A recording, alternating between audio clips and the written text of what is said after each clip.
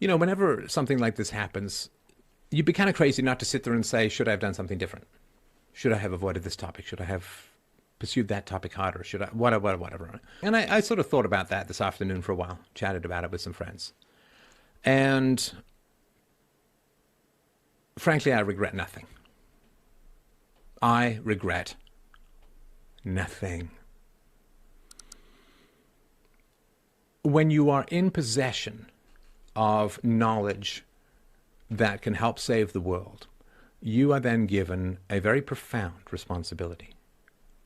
And that profound responsibility is that if you withhold that information, you are a causal factor in the destruction of your society. Now, we may curse that information. We may wish that we had never received it. We may wish that we could get that little Men in Black pen to erase it from us, but we can't. So when you are in possession of information that is essential to help people to understand the world and to stop hating each other, you understand? So the IQ information, racial disparities in IQ and all of that, that's really, really important information because it lowers the tensions between the races. It helps us stop hating each other.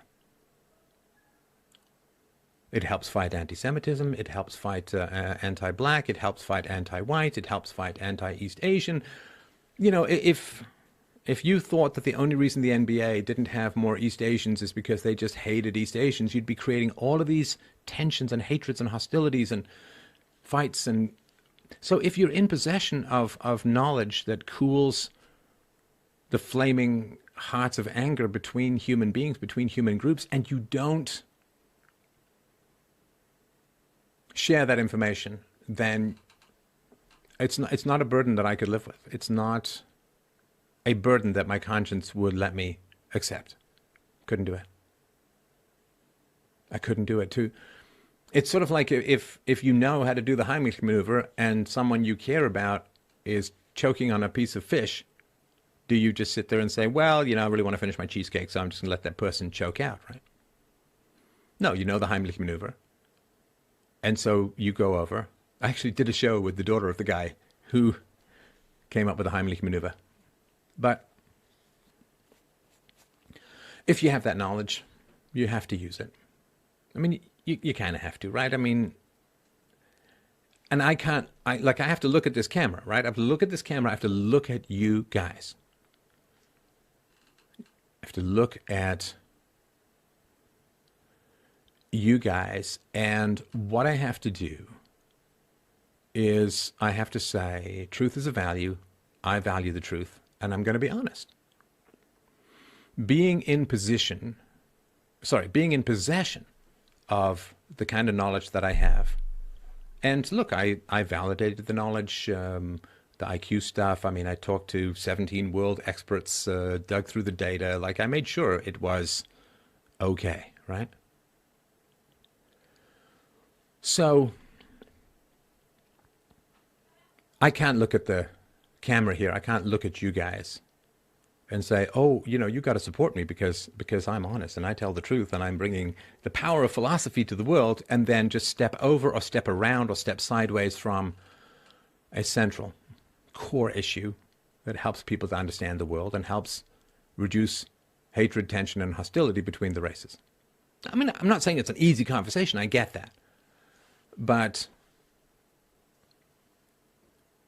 it's one thing to lose your YouTube channel. It's another thing to lose your self-respect.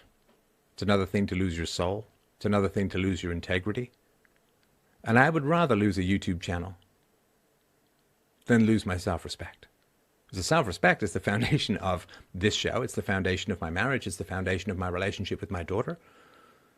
And I have to live with those people. And I have to live with myself.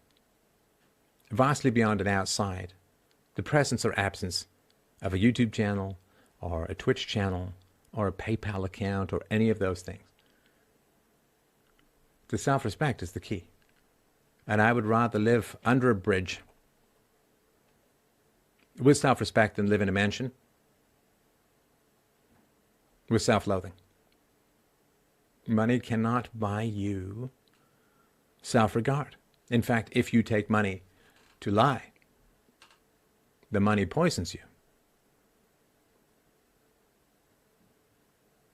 So I would much rather, infinitely, it's not even a close call, I would much rather tell the truth and lose a channel than lie, tell you I'm a philosopher, and lose my soul. Because that's the fundamental bargain that the world brings to you, right? It's a fundamental bargain the world brings to you. Give me your soul, and I'll give you stuff. I'll give you prestige, money, fame, glory, prominence, approval.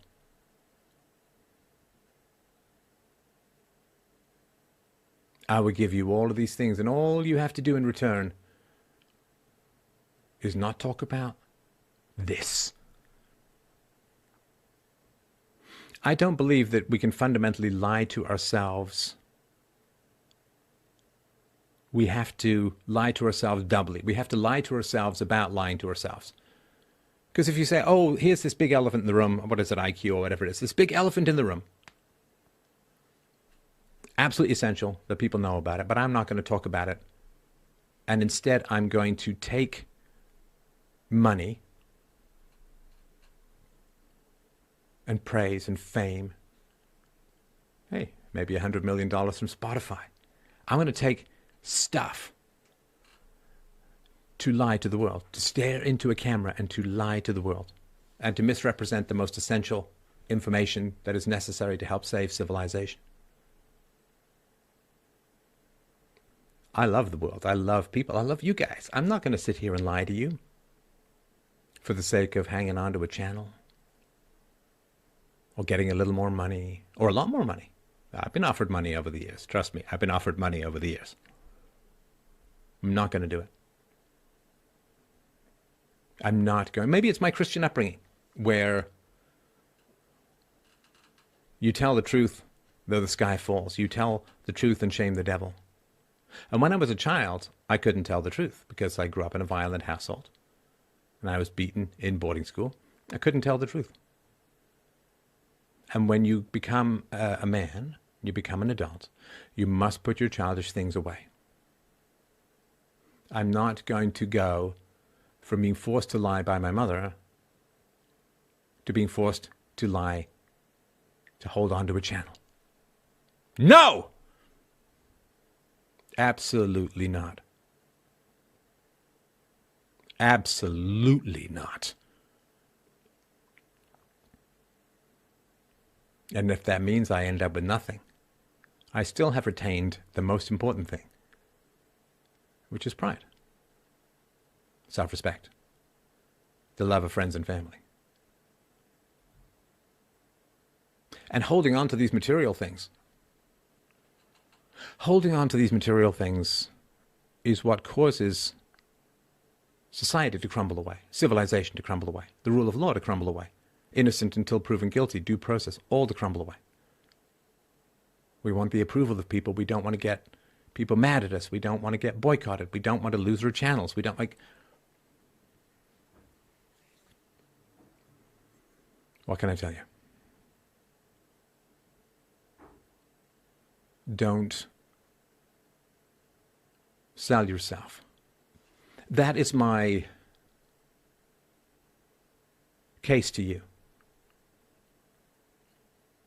I've known enough people who sold out to know what a bitter price they paid, and by the time they realized the cost of selling out, it was too late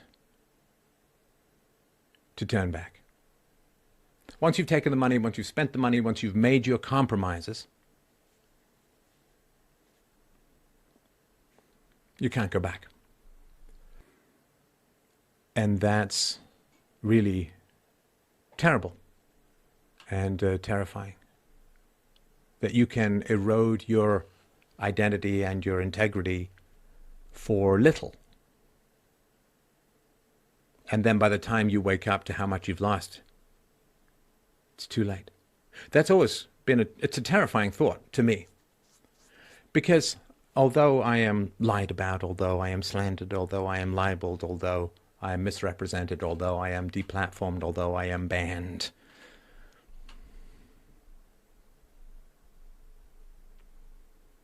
I'm the one who has to look into the mirror and like what I see and respect what I see. And respect is not something you can just will like toothpaste out of a tube. Respect is something you have to earn by God. You must earn it. And respect means doing what is difficult despite disapproval. Sometimes knowing that that disapproval is going to come. I think when I started talking about IQ, I didn't know what a problem it was going to be. Do you think when I pointed out that I was safe in Poland, that I didn't know that people were going to say, oh my God, he's a white supremacist? No, this is just a fact. I was safe in Poland. I didn't need security in Poland. I was safe in Hong Kong. Well, other than the shock troops of the half-communist government. You gotta live with yourself. And you gotta not lie to yourself, and you gotta not lie to the world. And the devil, so to speak, he does walk among us, and he will tempt you. Because the devil loves it when other people get corrupted. The devil loves it when other people betray themselves. That gives him his dopamine kick of electric arc horny happiness. The destruction of pure souls is the business of the world. But you have to follow the trail of gold into that machinery. And then by the time you're chewed up and spit out, there's no going back. You can't turn the mincemeat back into a cow, so to speak. That's my particular thought. Somebody says, hey, sorry, you got banned. Molyneux, maybe if you apologize, they'll let you back in. I have no problem apologizing when I'm in the wrong. I really don't. Because, again, you know the cost of not apologizing is very costly when you've done it. Because you know, I mean, we've all got a moral sense, right? You know. You know when you've done wrong, right? You know. And the idea that I would apologize for speaking out of love of humanity, the truth and facts of scientific reality, no. No. Again, I would rather live under a bridge than do all of that.